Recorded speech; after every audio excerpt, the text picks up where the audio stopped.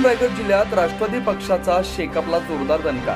20 डिसेंबर रोजी असलम राऊत शेकडो कार्यकर्ते व समर्थकांसह करणार राष्ट्रवादी पक्षात जाहीर पक्षप्रवेश। असलम राऊत यांची घोषणा। आमदार जयंत पाटील यांचे विश्वासू खंदे समर्थक 3 टर्मचे शेकाप जिल्हा परिषद सदस्य असलम राऊत यांच्या राष्ट्रवादीत पक्षप्रवेशानं निश्चितच बदलणार माणगाव तालुक्यातील राजकीय समीकरण। माणगाव तालुक्यात ऐन जिल्हा परिषद व पंचायत समिती निवडणुकांच्या तोंडावर राष्ट्रवादी पक्षानं शेकापला मोठी खिंडार लावत शेकापला जोरदार दणका दिला।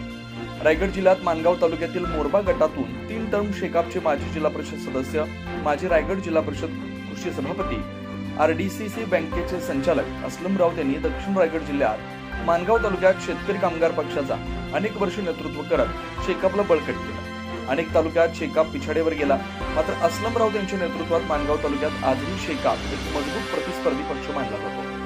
मात्र माणगाव तालुक्यातील शेकापचा बलाढ्य नेतृत्व खंबीर कार्यकर्ता असलम राऊत आपल्या शेकडो कार्यकर्ते व समर्थकांसह शेकापला सोडचिठ्ठी देत निश्चितच शनिवारी 20 डिसेंबर रोजी राष्ट्रवादी काँग्रेस पक्षात जाहीर पक्षप्रवेश करणार असल्याची घोषणा असलम राऊत यांच्याकडून करण्यात आली आहे। असलम राऊत यांनी राष्ट्रवादी खासदार सुनील तटकरे व मंत्री आदित्य तटकरे यांच्या विकास कामांच्या कार्यप्रणालीवर विश्वास ठेवत राष्ट्रवादी काँग्रेस पक्षात पक्षप्रवेश करत असल्याचं यावेळी व्यक्त केलं। विशेष माणगाव तालुक्यातील मोरबा जिल्हा परिषद गटावर शेकापचं वर्चस्व सतत कायम राहिलं।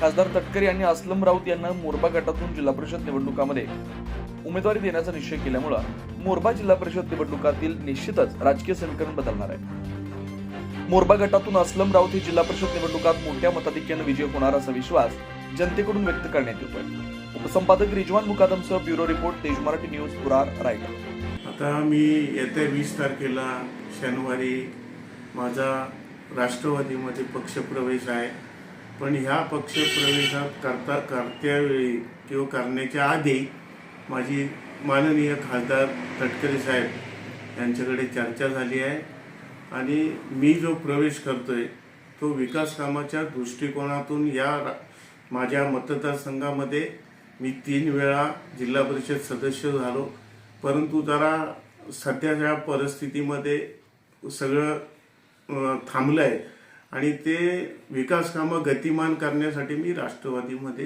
प्रवेश करतोय। मतदारसंघामध्ये असणारे सगळेच कार्यकर्ते शेका पक्षाचे माझ्याबरोबर जे माझ्यावर विश्वास ठेवून होते ते सगळे माझ्याबरोबर प्रवेश करतायत। आता ते काय आपण 100% बोलू शकत नाही,